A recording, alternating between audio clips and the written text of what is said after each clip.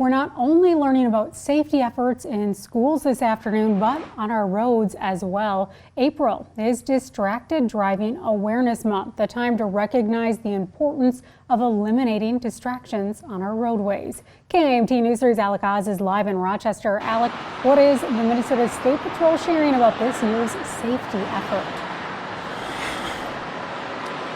Jess, State Patrol tells me that last year alone, there were 22 fatal deaths attributed to distracted driving and over 100 serious injuries. The department says overall, the distracted driving makes up for 9% of crashes in Minnesota.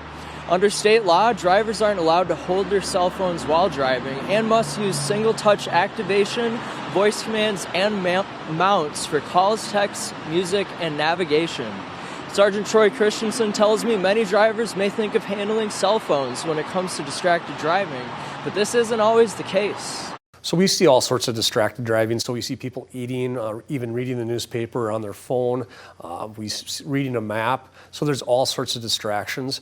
And we're just so used to multitasking that it's important that people, when they drive, they just focus on driving. So they can be stopped and cited for these offenses as long as there's some type of moving violation along with it.